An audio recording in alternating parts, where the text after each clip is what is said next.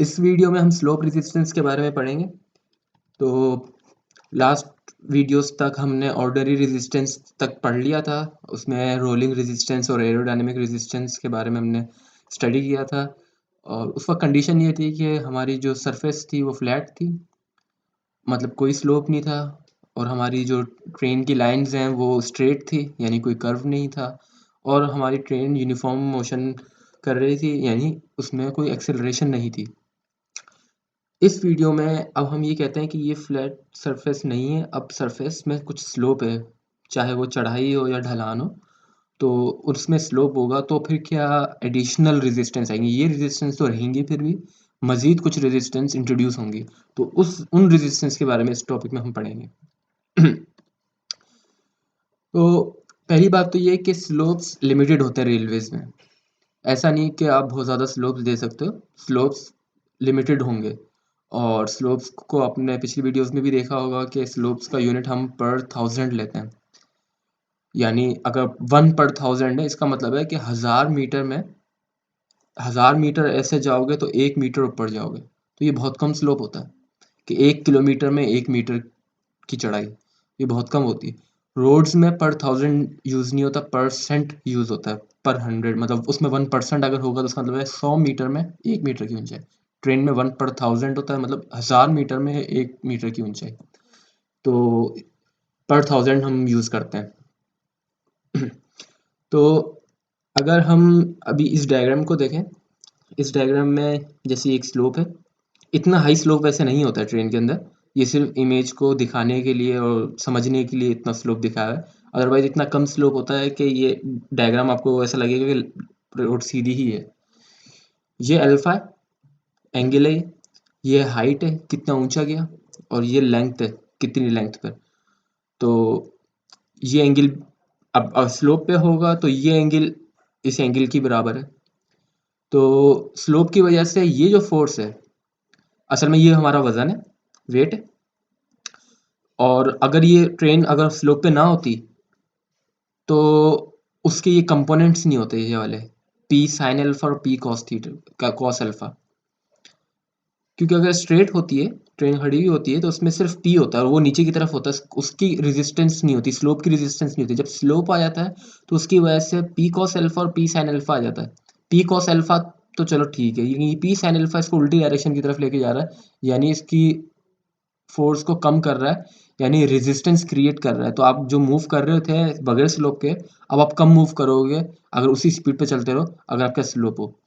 मतलब अगर 100 की स्पीड से चल रहे थे स्लोप के बगैर, तो अब आप स्लोप पे चढ़ोगे तो आप 100 से आपकी ऑटोमेटिकली स्पीड कम हो जाएगी, आपको मजीद एक्सेलरेट करना पड़ेगा 100 तक पहुंचने के लिए। वो वजह ये कि ये कंपोनेंट आ जाता है जो इसको रोक रहा होता है।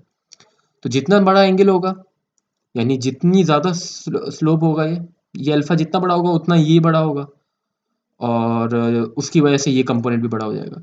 अभी इतना है, अगर इतना होता तो अल्फा और बढ़ जाता, अगर इतना स्लोप, तो इससे खुद दिख रहा है कि और मुश्किल होती इसको क्लाइम करने में।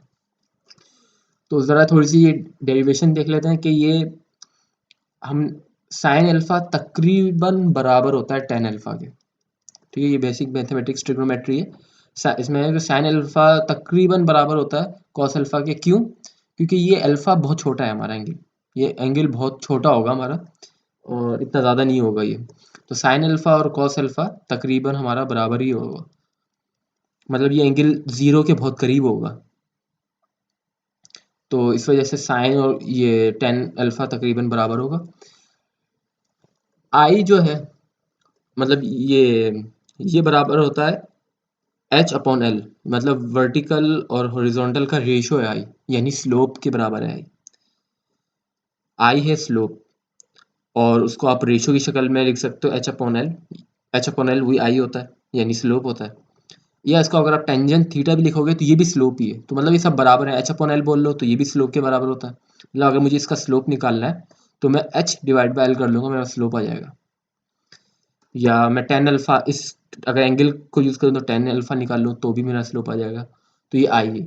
तो टोटल अगर मुझे रेजिस्टेंस फोर्स चाहिए तो वो बराबर होगी आर एस इक्वल्स टू, मतलब ये जो रेजिस्टेंस स्लोप की वजह से रेजिस्टेंस है वो बराबर होगी पी, मतलब जो वजन है P multiply by I. P multiply by I से हम निकाल लेंगे इसका लोड। कैसे आया पी आई? मुझे असल में ये फोर्स चाहिए, ये है पी साइन अल्फा। मुझे पता है साइन अल्फा टेन अल्फा तकरीबन बराबर है, तो ये हो गया पी टेन अल्फा। ठीक है, और मुझे पता है tan alpha H upon L के बराबर है, यानी आई के बराबर है, तो पी आई। तो पी आई रेजिस्टेंस हो जाएगी हमारी। अच्छा, अच्छा ये है टोटल रेजिस्टेंस। अगर मैं इस रेजिस्टेंस को पर किलो न्यूटन के हिसाब से निकालूं, मर्जी होती है वैसे तो पीआई पे भी काम खत्म हो जाता है, लेकिन अगर आप चाहो तो पर किलो न्यूटन की बेस पे भी आप रेजिस्टेंस निकालना चाहो कि पर वेट की शक्ल में, जैसे पर वेट की शक्ल में आप रेजिस्टेंस निकालना चाहो, तो आप इसको पी से डिवाइड कर दो, यानी आई बच जाएगा एक तरह से। ये पर वेट के हिसाब से न्यूटन रेजिस्टेंस है, ये इसलिए निकालते हैं क्योंकि रोलिंग रेजिस्टेंस भी का यूनिट भी हमारा यही था, न्यूटन पर किलो न्यूटन। इसका मतलब ये होता है कितना रेजिस्टेंस फोर्स है, यानी न्यूटन, कितने न्यूटन रेजिस्टेंस है पर वेट ऑफ ट्रेन, यानी किलो न्यूटन के अंदर ट्रेन का वजन, ट्रेन के वजन के रेशियो के हिसाब से आएगा रेजिस्टेंस। ये छोटा आर एस है, ये ट्रेन के वजन के हिसाब से बताता है। मतलब फॉर एग्जांपल इसमें रेजिस्टेंस आ गई इसकी फॉर एग्जांपल 500 न्यूटन, तो 500 न्यूटन आ गई, लेकिन 500 न्यूटन तो है, लेकिन व्हीकल कितनी हैवी थी। अब फॉर एग्जांपल एक 500 न्यूटन आई है एक ट्रेन की, और दूसरी ट्रेन की भी समझो 500 न्यूटन आई है, लेकिन एक ट्रेन जो थी वो बहुत हैवी थी, एक ट्रेन बहुत हल्की थी।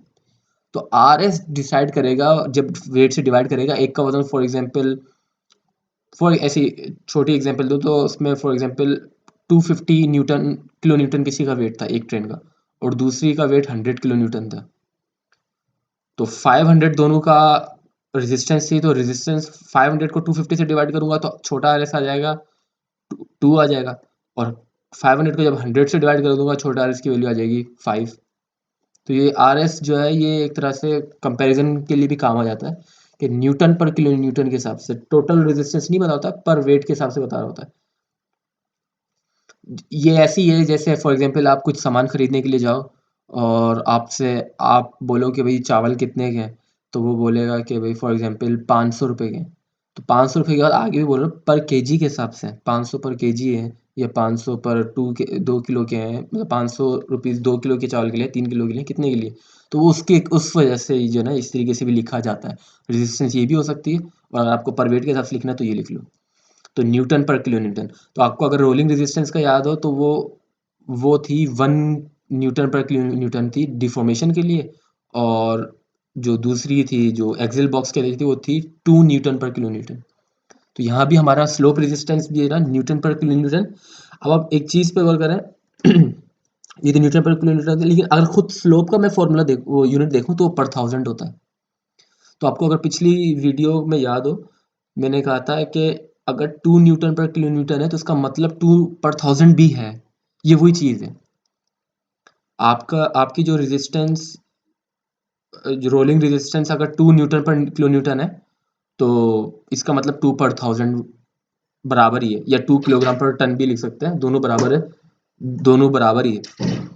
तो इस इक्वेशन से पता चलता है कि आप अपनी स्लोप रेजिस्टेंस को पर 1000 में भी बता सकते हो, वही आंसर आप न्यूटन पर किलो न्यूटन भी बता सकते हो, और पुराने वक्तों में किलोग्राम पर टन में भी बताया जाता था, लेकिन अब ये है कि न्यूटन पर किलो न्यूटन और पर 1000 में बताया जाता है।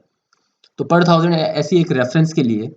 तो स्लोप रेजिस्टेंस जो है वो एक तरह से स्लोप के बराबर ही है। आपका अगर स्लोप 2 पर 1000 है तो आपकी स्लोप रेजिस्टेंस 2 न्यूटन पर किलो न्यूटन हो जाएगी। या आपका स्लोप रेजिस्टेंस 1 पर 1000 है तो आपकी स्लोप रेजिस्टेंस, मतलब आपका अगर स्लोप 1 पर 1000 है तो आपकी स्लोप रेजिस्टेंस 1 न्यूटन पर किलो न्यूटन हो जाएगी। तो ये इस तरीके से जो है ये निकाली जाती है रेजिस्टेंस पर किलो न्यूटन के हिसाब से। ये कुछ इसके मैक्सिमम स्लोप्स हैं जो अलग अलग ट्रांसपोर्ट सिस्टम इसमें आते हैं। जैसे अगर आपकी मेन रेलवे वो स्मूथ जगह है, प्लेन जगह है, जहाँ इतने ज़्यादा स्लोप ऊंची नीची जगह नहीं है, वहाँ आपका पर 1000 के हिसाब से स्लोप जो है वो 5 से 8 हो ज़्यादा से ज़्यादा। ये ज़्यादा से ज़्यादा की वैल्यू है, इससे ज़्यादा स्लोप ना हो। इससे कम हो तो बहुत अच्छा है, जीरो स्लोप हो बहुत अच्छा है, लेकिन इससे ऊपर ना जाए।